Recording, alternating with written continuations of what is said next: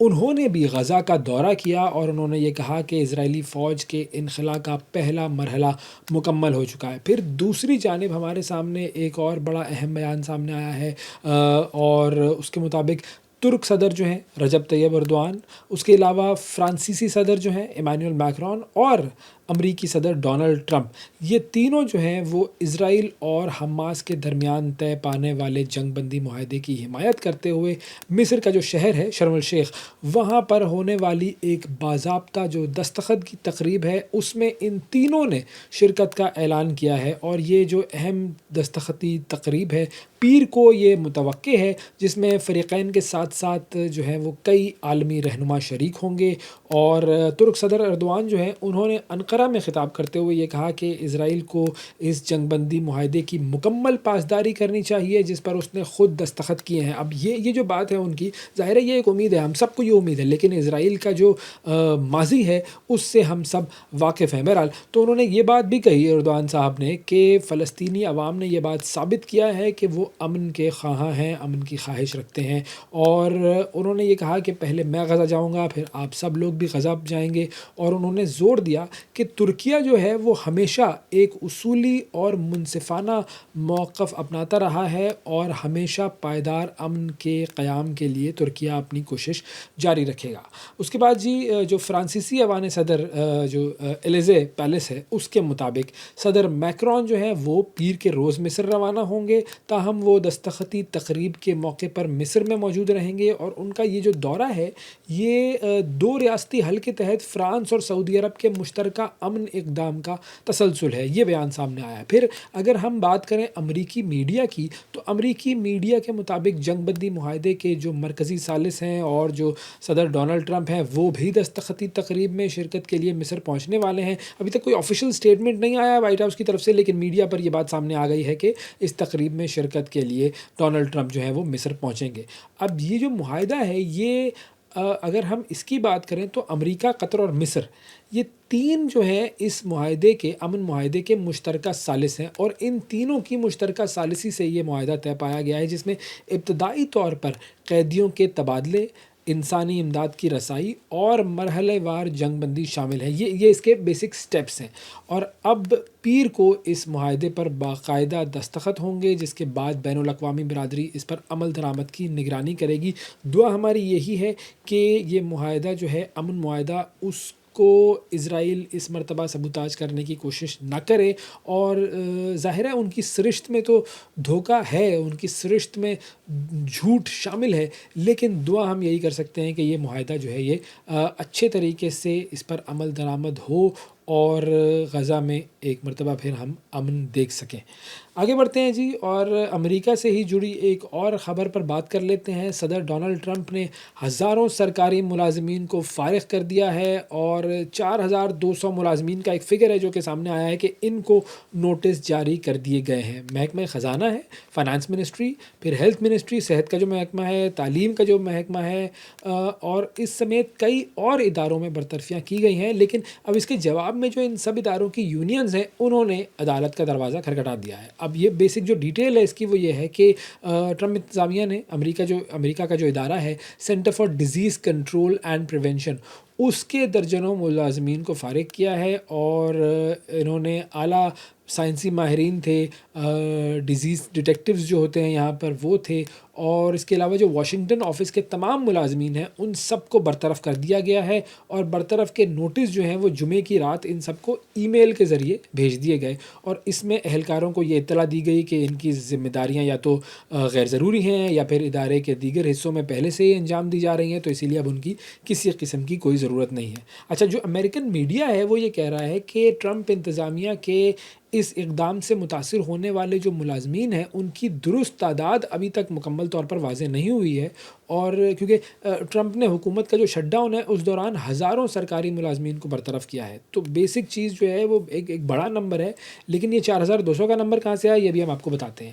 اچھا، اب ٹرمپ نے اس پورے معاملے کا اس جو حکومتی ایک تو شٹ ڈاؤن چل رہا ہے وہاں پر وہ، اور دوسرا یہ جو برطرفیاں ہوئی ہیں ان کا مکمل الزام انہوں نے ڈال دیا ہے ڈیموکریٹس پر، اور یہ بیسکلی فیصلہ اس وقت سامنے آیا ہے کہ جب ہم جانتے ہیں کہ شٹ ڈاؤن کو تقریباً 10 دن گزر چکے ہیں، اور فریقین کے سامنے جو سیاسی کشمکش ہے فریقین کے درمیان، اس کے ختم ہونے کا ابھی تک کسی قسم کا کوئی امکان نظر نہیں آ رہا ہے۔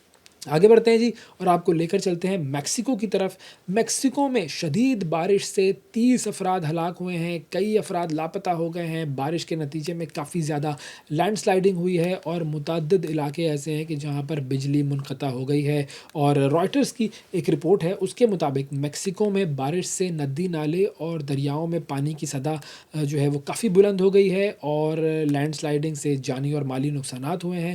جو مقامی حکام ہیں ان کے مطابق ریاست ہے ہیڈالگو، وہاں پر 16 افراد ہلاک ہوئے ہیں، جہاں پر 1000 گھر اور سینکڑوں اسکول بھی متاثر ہوئے ہیں۔ اچھا، پھر اس کے علاوہ ایک اور ریاست ہے میکسیکو کی، پویبلا ریاست کے جو گورنر ہیں الیجینڈرو ارمنتا، انہوں نے یہ کہا ہے کہ لینڈ سلائڈنگ کی وجہ سے 9 افراد ہلاک ہوئے ہیں، 5 افراد لاپتہ ہیں، اور حکام نے یہ بھی بتایا ہے کہ جو ایک اور ریاست ہے ویراکروز، وہاں پر 2 افراد ہلاک ہوئے ہیں۔ اور ایکس پر جو میکسیکو کے صدر ہیں کلاڈیا شمبوم، انہوں نے یہ بتایا ہے کہ ہم شہریوں کی مدد اور اس کے علاوہ سڑکیں کھولنے اور الیکٹریکل سروسز بحال کرنے کے لیے کوشش کر رہے ہیں، تمام ادارے اس پر کام کر رہے ہیں۔ اور انہوں نے کہا کہ سوشل میڈیا اور میں جو تصاویر ہیں اور ویڈیوز جو ہیں وہ بھی جاری کی ہیں ہم نے، جس سے امدادی کارکنوں کو شہریوں کی مدد کرتے ہوئے دکھایا گیا ہے۔ تو یہ ساری صورتحال ہے وہاں پر۔ اور جو میکسیکو کی وزارت دفاع ہے، انہوں نے یہ بتایا ہے کہ 5400 سے زائد اہلکاروں کو مختلف علاقوں میں بھیجا گیا ہے تاکہ وہ امدادی کاموں کی نگرانی کریں، شہریوں کی مدد کریں اور جو متاثرہ علاقے ہیں ان کی بحالی کے لیے کام کریں۔ تو یہ صورتحال ہے اس وقت میکسیکو کی۔ آگے بڑھتے ہیں اور بات کرتے ہیں کچھ برطانیہ کی۔ برطانیہ میں اب ایک نیا پاسپورٹ آنے والا ہے، اور یہ نیا پاسپورٹ جو ہے یہ شاہی مہر والا پاسپورٹ ہوگا۔ شاہی مہر جو ہے ان کی وہ ہے کوٹ آف آرمز، اور اب یہ کوٹ آف آرمز والا پاسپورٹ متعارف کروایا جا رہا ہے برطانیہ میں۔ اور دسمبر 2025 سے نئے پاسپورٹس پر بادشاہ چارلز سوئم کا جو شاہی مہر ہے وہ شامل ہوگا، اور جو پاسپورٹ کے جو اندر کے صفحات ہیں وہاں پر یونیسکو کے تحت 4 خوبصورت قدرتی جو مناظر ہیں وہ اس میں شامل کیے جائیں گے۔ 4 برطانوی ممالک کے ہی وہ شہر ہیں، اس میں ایک تو اسکاٹ لینڈ کا بن نیوس ہے، پھر انگلینڈ کا لیک ڈسٹرکٹ ہے، اس کے علاوہ ویلز کا جو 3 کلفز بے ہے وہ اس میں شامل ہے، اور شمالی آئلینڈز کا جو جائنٹس کازوے ہے، یہ 4 علاقے وہاں پر دکھائے جائیں گے۔ اور جو یہ جو نیا پاسپورٹ ہے اس میں کافی جس کو کہتے ہیں کہ جی ہائی ٹیک قسم کی جو ٹیکنیکل حفاظتی خصوصیات ہوں گی، کہ جیسے کہ اس میں نیا ہولوگرافک فیچرز ہوں گے اور ٹرانسلوسنٹ فیچرز ہوں گے، تاکہ اس کی جو جعلسازی ہے وہ مشکل ہو جائے اور پاسپورٹ کے ساتھ بالکل کسی قسم کی چھڑخانی جو ہے وہ نہ کی جا سکے۔ اچھا، اب جو موجودہ پاسپورٹس ہیں ان پر ملکہ الزبیتھ دوم کا جو مہر ہے وہ ابھی بھی پاسپورٹ جو ہے وہ کارآمد رہے گا جب تک کہ اس کی میعاد ختم نہ ہو جائے۔ اور یہ جو نئے ڈیزائن کے ساتھ جو ہے وہ ہر میجسٹی کی جگہ ہز میجسٹی کا لفظ استعمال ہوگا، چونکہ ہم جانتے ہیں کہ بادشاہ چارلز سوئم کا دور حکومت جو ہے وہ شروع ہو چکا ہے۔ اچھا، ڈونلڈ ٹرمپ سے ہی ایک اور جڑی ہوئی خبر ہے، لیکن معاملہ ہے چین کا، اس پر بھی کچھ بات کرتے ہیں۔ چین کی طرف سے ایک بڑا اہم بیان سامنے آیا ہے، اور وہ بیان ہے کہ ہم لڑائی سے نہیں ڈرتے ہیں۔ بہت اہم بیان دیا ہے چین نے یہ۔ ٹرمپ نے بیسیکلی 100% ٹیرف کا جو اعلان کیا تھا چین پر، اس کے بعد چینی وزارت تجارت کا یہ سخت رد عمل آیا ہے، اور چین کی جو وزارت تجارت ہے اس نے خبردار کیا ہے کہ اگر امریکہ اپنی موجودہ پالیسی کو جاری رکھتا ہے تو پھر چین اپنے حقوق اور مفادات کے تحفظ کے لیے سخت اقدامات کرے گا۔ اچھا، اس کے علاوہ میڈیا میں یہ بات بھی گردش کر رہی ہے کہ صدر ٹرمپ کی جانب سے 1 نومبر سے تمام چینی مصنوعات پر مزید 100% ٹیرف عائد کرنے اور امریکی ساختہ جو اہم سافٹ ویئرز ہیں ان کی برآمدات پر سخت پابندیاں لگانے کے اعلان کو کافی تنقید کا نشانہ بنایا جا رہا ہے۔ اور چین نے واشنگٹن پر بیسیکلی جو الزام لگایا ہے وہ ہے کہ دوہرا معیار ہے، ڈبل سٹینڈرڈ ہے واشنگٹن کا، یہ کہتا ہے چین۔ اور اس میں بیان میں یہ کہا گیا ہے کہ یہ جو اقدامات ہیں امریکہ کے، یہ 2 طرفہ تجارتی مذاکرات کے ماحول کو نقصان پہنچائیں گے۔ چین نے یہ بات واضح کر دی ہے کہ چین لڑائی سے گریز کرتا ہے لیکن لڑنے سے ڈرتا بھی نہیں ہے، اور ضرورت پڑنے پر کسی بھی قسم کا سخت جواب دیا جا سکتا ہے۔ تو یہ چین کا موقف جو ہے وہ سامنے آیا ہے اس پورے معاملے پر۔ اب ناظرین بات کرتے ہیں کینیڈا کی، اور کینیڈا کے جو صدر ہیں مارک کارنی اور امریکہ کے جو صدر ہیں ڈونلڈ ٹرمپ، ان کی میٹنگ ہوئی وائٹ ہاؤس میں، اور وائٹ ہاؤس جو ہے اس میں یہ دونوں آمنے سامنے بیٹھے، اور ٹریڈ ٹینشنز ہیں ان دونوں کے درمیان، ان دونوں ممالک کے درمیان۔ ٹرمپ کا بیان بھی تھا کہ جی امریکہ کی ریاست بن جائے کینیڈا، وہ معاملہ بھی جو ظاہر ہے اب تو کچھ بھی اس پر نہیں ہوا اور ہونا بھی نہیں تھا، لیکن اب یہ ٹینشنز کے درمیان یہ دونوں جو ممالک کے سربراہان ہیں ان کی ملاقات ہوئی ہے۔ عظمت مجیب صاحب ہمارے ساتھ موجود ہیں، سینئر جرنلسٹ ہیں، کینیڈا سے ہمیں جوائن کر رہے ہیں، اور اس حوالے سے ہم ان سے بات کرتے ہیں۔ السلام علیکم عظمت، بہت شکریہ آپ کا، پروگرام کے لیے آپ نے وقت نکالا۔ اب یہ جو مارک کارنی کی اور جو ڈونلڈ ٹرمپ کی ملاقات ہوئی ہے، اس ملاقات کا نتیجہ کیا نکلا ہے؟ کیا اس ملاقات میں ہوا؟ پیش رفت کیا ہوئی؟ جی وعلیکم السلام اویس صاحب، and thanks for having me. دیکھیں، جو پریزیڈنٹ ٹرمپ اور پرائم منسٹر مارک کارنی کے درمیان ریسنٹ ملاقات ہوئی ہے، میں اس کو ایسے کہوں گا کہ جیسے کہ یہ ایک ناراض ساس اور بہو کے درمیان ملاقات تھی، جس میں گلے شکوے دور کیے گئے، پیار محبت کی باتیں ہوئیں اور دونوں اپنی اپنی جگہ واپس آ کے بیٹھ گئے، کیونکہ اصل جو صورتحال ہے ویسی کے ویسی ہی ہے، اس میں کوئی بھی تبدیلی نہیں آئی ہے۔ جو ٹیرف تھے وہ ویسی کے ویسی ہیں، نہ ان میں کوئی ختم کرنے یا ان میں کمی کرنے کا اعلان ہوا ہے۔ برعکس اس کے جب دونوں لیڈران نے اس میٹنگ کے بعد پریس کانفرنس کیے، اس میں دونوں لیڈران نے اس کو مثبت ملاقات بلکہ پروڈکٹیو ملاقات ایک قرار دیا ہے، اور کہا ہے کہ ہم نے مختلف شعبوں میں بات چیت کی ہے، جس میں خاص طور پر اسٹیل، ایلومینم، آٹو، توانائی، دفاع اور سرحدی تعاون پر بات چیت کی ہے، اور اس کے ساتھ یہ بھی کہا ہے کہ انہوں نے اپنے اپنے عملوں کو ہدایت دی ہے کہ آنے والے وقتوں میں وہ ممکنہ فارمولے یا معاہدوں پر کام کرنے کے پہ جو ہے وہ پیش رفت کریں۔ لیکن برعکس اس کے ٹرمپ نے کوئی بھی ٹیرف میں کمی کا اعلان نہیں کیا اور نہ ہی اس کو ختم کرنے کا اعلان کیا ہے، تو صورتحال ابھی ویسی کے ویسی ہے۔ اچھا، آپ کو کیا لگتا ہے کہ ملاقات کے بعد کیا امریکہ اور کینیڈا کے جو تعلقات ہیں ان میں کوئی بہتری آئے گی؟ اور چونکہ ٹرمپ کی طرف سے کوئی معاہدہ نہ ہونے کے باوجود ملاقات کو بہت سارے لوگ کہہ رہے ہیں کہ مثبت ہے، تو ایسا کیوں ہے؟ مثبت کیوں کہا جا رہا ہے اس ملاقات کو؟ اور دونوں ممالک کے درمیان جو تجارتی معاہدہ ہے اس کی کیا اب کوئی امید ہے یا نہیں ہے؟ جی دیکھیں، بہتری ضرور آئے گی، لیکن یہ مرحلہ وار ہوگی، یعنی اسٹیجز کے اوپر ہوگی۔ دیکھیں، اس بات کو سمجھیے کہ اس ملاقات کے اندر جو سب سے پازیٹیو چیز ہوئی ہے وہ یہ ہوئی ہے کہ دونوں لیڈروں کے درمیان ان کے جو تعلقات ہیں وہ بہتر ہوئے ہیں۔ جو اب تک ایک ٹینشن چلی آ رہی تھی دونوں ملکوں کے درمیان، دونوں لیڈران کی طرف سے سخت بیانات آ رہے تھے ایک دوسرے کے خلاف، وہ ختم ہو گئے ہیں، اور دونوں نے آگے ڈائلاگ اوپن کرنے کے لیے چینلز اوپن رکھے ہوئے ہیں، اور اپنی اپنی ٹیموں کو ہدایت کی ہے کہ وہ جو بھی معاہدے ہیں ان کی ٹرمز کنڈیشن ہے اس پہ جو فارمولے ہیں اس کو ڈیزائن کریں، اور تاکہ آگے جو ہے وہ ان پہ مذاکرات کیے جا سکیں۔ اس ملاقات میں کوئی مذاکرات کا نتیجہ نہیں ہوا ہے، کوئی بائنڈنگ ایگریمنٹ سائن نہیں ہوا ہے، کوئی ٹیرف میں کمی کا اعلان نہیں ہوا ہے، اور یا ٹیرف ختم کرنے کا اعلان نہیں ہوا ہے۔ تو پازیٹیو چیز جو آئی ہے وہ یہ آئی ہے کہ تعلقات میں بہتری آئی ہے، اور آگے مذاکرات کے لیے چینلز اوپن رکھے گئے ہیں۔ اچھا، مارک کارنی نے امریکہ پر جوابی محصولات بھی ختم کرنے کا فیصلہ کیا ہے، تو کیا یہ درست فیصلہ ہے؟ اور اس کے جو اثرات ہیں، جو امپیکٹ ہے اس کا، وہ کیا ہوگا؟ دیکھیں، مارک کارنی کا یہ فیصلہ ایک سفارتی اور معاشرتی حکمت عملی کے طور پہ لیا گیا ہے، تاکہ تجارتی تناؤ کم ہو اور مذاکرات کا جو چینل ہے اور اس کا جو ماحول ہے وہ بھی بہتر ہو۔ اس سے قیمتوں میں استحکام اور دو طرفہ تعلقات میں بہتری آئے گی۔ تاہم اس بات کا بھی خطرہ ہے کہ اگر امریکہ نے ٹیرف میں کمی نہ کی یا کینیڈین صنعتوں کو کوئی رعایت نہ دی، تو اس کے پر جو ہے نا کینیڈین جو صنعتیں ہیں اس پہ دباؤ بڑھے گا، اور جو سیاسی تنقید ہے مارک کارنی کی گورنمنٹ پہ اس پہ بھی مزید اضافہ ہوگا، جو کہ وہ آلریڈی اس وقت اس کا سامنا کر رہے ہیں۔ لیکن مجموعی طور پر یہ قدم مفاہمت کی سمت میں ایک مثبت مگر محتاط فیصلہ ہے۔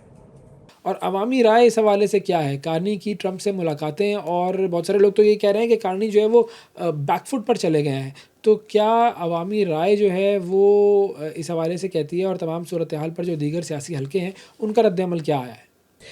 دیکھیں پولز اور سروے کے مطابق کینیڈینز جو ہیں وہ دو حصوں میں تقسیم ہو گئے ہیں اس بات کے اوپر. کچھ لوگ ابھی بھی جو ہے وہ امریکہ کو اہم اقتصادی شراکت دار سمجھتے ہیں، لیکن ساتھ ساتھ جو پریزیڈنٹ ٹرمپ ہے ان کی ناپسندیدگی میں جو گراف ہے کینیڈین وہ کافی بڑھ گیا ہے. اور جیسا کہ آپ کو پتہ ہے کہ مارک کارنی جو ہیں وہ ایک اکنامسٹ بھی ہیں. دو ملکوں کی اکانومی چلانے کا ان کو بڑا زبردست تجربہ ہے، اور وہ اپنے اس تجربے سے فائدہ اٹھا رہے ہیں اور کوشش کر رہے ہیں، جس کا پریزیڈنٹ ٹرمپ نے بھی اس بات پہ اعتراف کیا میٹنگ میں کہ وہ ایک بڑے ٹف نیگوشیٹر ہیں. بہرحال اس موقع کے دیکھا جائے تو عوامی رائے اس معاملے میں کافی مختلف ہے. مطلب کچھ لوگ مارک کارنی کے رویے کو سفارتی اور عملی سمجھتے ہیں، کیونکہ وہ امریکہ کے ساتھ تعلقات بہتر بنانے کی کوشش کر رہے ہیں، جبکہ دوسرا جو ایک طبقہ ہے وہ اس کو کمزور موقف قرار دے رہا ہے، اور یہ بھی کہہ رہا ہے کہ یہ قومی مفاد کے اوپر ایک سمجھوتا ہے. اس کے اوپر جو اپوزیشن پارٹی کے لیڈر پیئر پولیور ہیں وہ کافی تنقید کا نشانہ بنا رہے ہیں مارک کارنی کو. ہاؤس آف کامن کے فلور کے اوپر بڑی دھواں تقریریں کر رہے ہیں ان کے خلاف، اور اس پہ مزید جو ہے وہ تنقید کی جا رہی ہے. اوورآل دیکھا جائے تو میں یہ سمجھتا ہوں کہ عوام دو حصوں میں تقسیم ہو چکی ہے. اس کے اوپر ایک جانب جو ہے وہ مفاہمت کے حامی ہے، اور دوسری جانب جو ہے وہ سخت موقف اختیار کیے ہوئے ہیں. اچھا، اب اگر ہم ایک کمپیریزن کریں کہ وزیر اعظم جو تھے کینیڈا کے جسٹن ٹروڈو، ایک ان کا دور تھا اور اب وزیر اعظم کارنی کا دور ہے، ان دونوں کے ادوار میں امریکہ کے ساتھ جو کینیڈا کے تعلقات رہے ہیں تو ان کا اگر ہم موازنہ کریں تو کیا چیز تبدیل ہوئی ہے، کیا ڈفرینس آ گیا ہے؟ دیکھیں جب جسٹن ٹروڈو پرائم منسٹر تھے تو اس وقت امریکہ اور کینیڈا کے تعلقات ایک ذرا ڈیفرنٹ ماحول میں چل رہے تھے، اور امریکہ کی طرف سے کوئی ایسا جارحانہ دباؤ نہیں تھا. پریزیڈنٹ ٹرمپ جو تھے ان کا اسٹائل بھی ذرا ڈیفرنٹ تھا، اتنا جارحانہ نہیں تھا.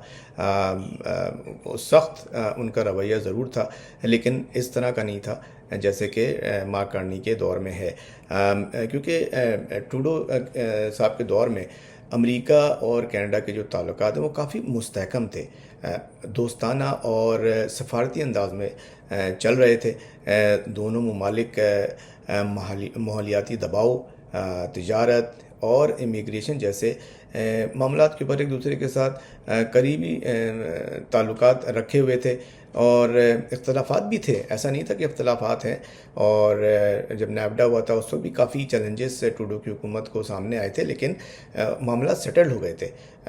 اور خاص طور پہ بات چیت یہ تھی کہ اس وقت بات چیت کا سلسلہ ہمیشہ کھلا رہتا تھا اور جاری رہتا تھا. دوسری طرف مارک کارنی کے دور میں تعلقات کا جو انداز ہے زیادہ عملی اور تجارتی ہو گیا ہے، اور توجہ جو ہے وہ زیادہ تر معاشرتی مفادات، محصولات اور تجارتی توازن پر دی جا رہی ہے. کارنی حکومت کا جو فوکس ہے وہ تعلقات کا دوستانہ رکھنے کا تو ہے ہی ہے، لیکن ساتھ ساتھ کینیڈا کے جو مالی اور صنعتی مفاد کے تحفظ ہے اس کو بھی زور دیا جا رہا ہے. جبکہ ٹروڈو ٹور میں جو ہے جیسے میں نے بتایا کہ تعلقات جو تھے وہ ایک روایتی جو سفارتی تعلقات ہوتے ہیں اسی کے بیس پہ چل رہے تھے. اور جو حکومت امریکہ میں ہے یا ٹرمپ ہیں ان کی طرف سے جو ہے وہ ایسا کوئی سخت موقف بھی نہیں آیا تھا. جیسے کہ ٹرمپ صاحب جو ہیں وہ ایک موقف اختیار کیے ہوئے ہیں کہ کینیڈا کو جو ہے وہ امریکہ کا حصہ بنا دیا جائے، 91 ریاست بنا دیا جائے. تو اس کے اوپر بھی جو ہے وہ یہاں پہ کینیڈین ناراض ہیں اور اس کو کینیڈا کی خود مختاری پہ ایک حملہ قرار دے رہے ہیں. تو دونوں جو وزیر اعظم ہیں اس میں تھوڑا بہت معاملات میں فرق تھا. بہت شکریہ ادا کریں گے. عصمت مجیب ہمارے ساتھ موجود تھے، سینئر صحافی کینیڈا سے، اور وہ ہمیں بتا رہے تھے کہ امریکی جو رہنما ہیں، امریکی جو صدر ہیں ڈونلڈ ٹرمپ اور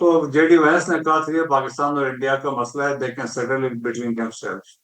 لیکن جب یہ واقعہ ہوا 10 کو, جب ہم نے وہ جب ڈیفینڈ کیا, پھر جواب دیا, دین دنیا نے ریئلائز کیا کہ بھائی پاکستان تو ایک بہت زبردست ملک ہے, اور دیٹس وائی پاکستان کو کہتے ہیں ساؤتھ ایشیا میں we are security net security stabiliser ہیں, ویسٹ ایشیا میں پاکستان نیٹ سیکورٹی پرووائڈر ہے, اور globally we are geo strategic player ہے. سو پاکستان کی وہ امپورٹنس بڑھ گئی تھی. اور پاکستان جس طریقے سے ابھی آپ دیکھیں جو 8 ممالک کے ساتھ جو یو این سائڈ لائنس میں پریزیڈنٹ ٹرمپ نے ملاقات کی, اس میں پاکستان بھی شامل تھا. پھر پرائم منسٹر کی ریسنٹ ملاقات ہوئی, فیلڈ مارشل کے بھی وہاں پہ موجود تھے. سو ابھی آپ ملیشیا پرائم منسٹر گئے تھے, وہاں پہ ان کی جس طریقے سے عزت افزائی کی گئی ہے. اور پاکستان کا نام اب دنیا بھر میں جہاں پہ لیے جاتے ہیں بہت بڑے عزت و احترام کے ساتھ لیے گئے, کیونکہ پاکستان نے ثابت کیا اور اس کو عام کیا.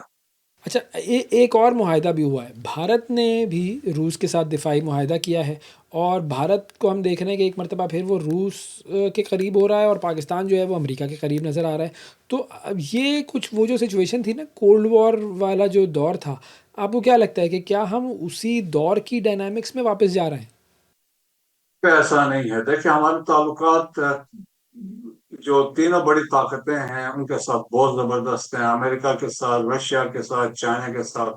انڈیا کو تو اس بات میں بھی تکلیف ہے کیونکہ جو ہمیں ابھی انجن JF-17 کی ملنے وہ رشیا سے ابھی آنے ہیں, اس پہ بھی انڈیا کو اعتراض ہے کہ وہ رشیا ان کو کیوں دے رہا ہے.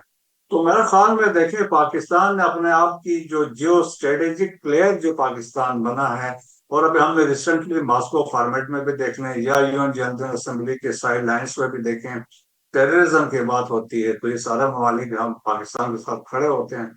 سو وہ والی اس میں کوئی بالکل بات نہیں. انڈیا کی بیسیکلی آئسولیشن ہو چکی ہے ڈپلومیٹکلی, اور وہ اس کو وہ سپورٹ بھی نہیں مل رہی جو کولڈ وار میں انڈیا کی طرف سے ان کو ملتی تھی.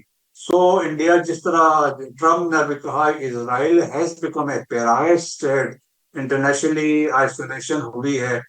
تو اسی طرح انڈیا کے ساتھ بھی یہی ہے, کیونکہ trans national repression south Pakistan میں ٹیررزم, اور اس طریقے سے مسلمانوں کے ساتھ ہو رہا ہے, نارتھ ایسٹ میں ہو رہا ہے, کرسچین کے ساتھ ہو رہا ہے. سو انڈیا ہیز بیکم اے روک اسٹیٹ, کریڈیبلٹی اس کی زیرو ہے. ابھی آپ نے ریسنٹلی نہیں سنا کہ امریکہ میں جو ثبوت آ گئے ہیں کہ جو نکھل گپتا جو پکڑا گیا تھا, اس میں سے کنفرمیشن ہوئی کہ جو وکاس یادو تھا وہ آفیشل تھا جو وہاں پہ گرپنت سنگھ پنو کو اسسینیٹ کروا رہے تھے, اور پھر وہ ہردیپ سنگھ نجر کے اسسینیشن, اور ساری چیزوں میں یہ سارے پکڑے گئے.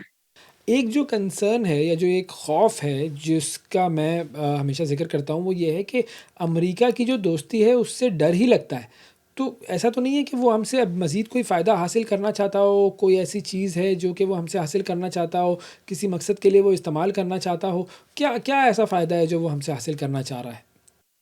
دیکھیں جی, جو بھی اس طرح کے جو ریلیشنس ہوتے ہیں بٹوین ٹو کنٹریز, وہ بیسیکلی نیشنل انٹرسٹ پہ ہوتے ہیں. کیونکہ جو پاکستان فیصلہ کرتا ہے وہ اپنا نیشنل انٹرسٹ دیکھ کے کرتا ہے, یا کوئی اور ملک دیکھتا ہے اپنا نیشنل انٹرسٹ ہے. سو سملرلی دیکھیں امریکہ کا بھی نیشنل انٹرسٹ ہے, وہ وار آن ٹیرر جو یہاں پہ ہے, اور جس طریقے سے وہ کاؤنٹر ٹیررزم میں پاکستان کی مدد چاہتے ہیں, ان کا انٹرسٹ ہے. ریڈ ارتھ منرلس ہے یہاں پہ, اس میں ان کا یہاں پہ انٹرسٹ ہے. یہاں پہ وہ آئل کو ایکسپلور کرنا چاہتے ہیں تو اس میں ان کا انٹرسٹ ہے. ریکارڈنگ میں وہ انویسٹمنٹ کرنا چاہتے ہیں, ان میں ان کا انٹرسٹ ہے. سو انٹرسٹ جو ہے نا وہی ہے, اور ہم نے بھی یہ اپرچونٹی سیز کرنا ہے. دیٹس وائی دیکھیں ٹیرف میں ہمیں ریلیکسیشن مل گئی ہیں, بہت ساری چیزیں جو چاہتے ہیں. بل مجید بل گیٹ کو they have declared as a foreign terrorist organisation, اور پاکستان کی پذیرائی کرتے ہیں, پاکستان کی کنٹریبیوشن کو اکنالج کرتے ہیں, پاکستان کی لیڈرشپ کو اکنالج کرتے ہیں. سو میرے خیال میں یہ چیزیں جو بھی ہوتی ہے نیشنل انٹرسٹ میں ہوتی ہے, اور پاکستان بھی اپنا نیشنل انٹرسٹ دیکھتا ہے. اور سر اس پوری صورتحال میں آپ چین کا کیا کردار دیکھ رہے ہیں, یہ بھی پلیز بتائیے گا.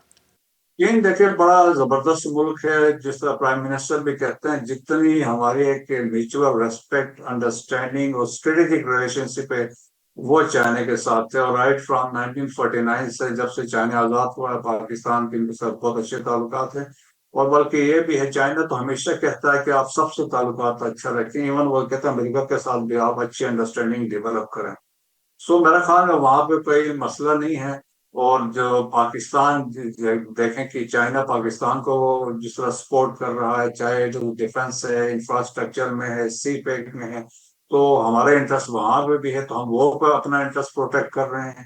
چائنا کا انٹرسٹ بھی پروٹیکٹ کریں، سملر بھی باقی ہے، but not at the cost of Pakistan sovereignty and integrity. بہت شکریہ ادا کریں گے بریگیڈیئر ریٹائرڈ مسعود احمد خان صاحب ہمارے ساتھ موجود تھے اور بات ہو رہی تھی پاکستان اور امریکہ کے درمیان دفاعی تعاون کا جو معاہدہ ہوا ہے اس پر. اور پروگرام کے اس حصے میں اب ہم رخ کرتے ہیں سعودی عرب کا. سعودی عرب کی طرف سے ایک بہت بڑا اعلان سامنے آیا ہے اور اس اعلان کی وجہ سے بڑے لوگوں کی خواہشات جو ہیں وہ پوری ہوں گی. ہم سب مسلمان یہ چاہتے ہیں کہ ہم سعودی عرب جائیں، مکہ جائیں، مدینہ جائیں، عمرہ کریں. اور عمرے کے حوالے سے معاملہ یہ تھا کہ عمرے کے حوالے سے جو بھی لوگ وہاں جانا چاہتے تھے سعودی عرب، انہیں ایک اسپیشل عمرہ ویزا لینا پڑتا تھا.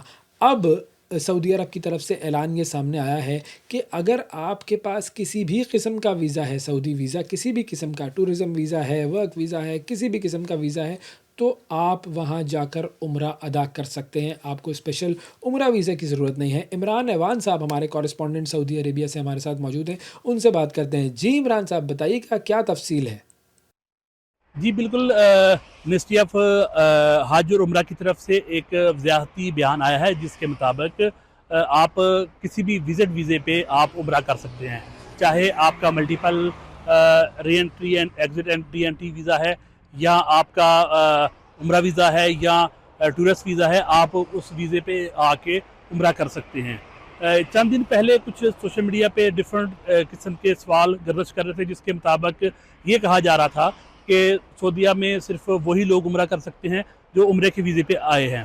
تو یہ ایک بحث کافی طول پکڑتی جا رہی تھی، جس کی وجہ سے سعودی منسٹری آف حج عمرہ کی طرف سے ایک واضح بیان دیا گیا. اس کے علاوہ منسٹری آف حج عمرہ کی طرف سے ایک اور وضاحت دی گئی ہے کہ جو لوگ حج پہ آتے ہیں وہ صرف وہ وزٹ ویزے پہ حج نہیں کر سکتے، اس کے لیے حج کا ویزا اور اس کے علاوہ ورک پرمٹ کا ویزا ہونا لازمی ہے. اس کے علاوہ جو عمرہ کا ویزا ہے وہ آپ کسی بھی وزٹ پہ آ کے ادا کر سکتے ہیں. جی بہت شکریہ ادا کریں گے. عمران ایوان صاحب ہمارے ساتھ موجود تھے، ہمارے کورسپونڈنٹ سعودی عرب سے ہمیں جوائن کر رہے تھے اور بات ہو رہی تھی کہ کس طریقے سے سعودی عرب نے یہ اعلان کیا ہے کہ اب آپ کے پاس کوئی بھی ویزا ہو تو آپ عمرہ ادا کر سکتے ہیں. ناظرین آج کے پروگرام میں اتنا ہی. آپ سے اگلے پروگرام میں پھر ملاقات کریں گے. اس وقت تک کے لیے اجازت دیجیے. اللہ حافظ.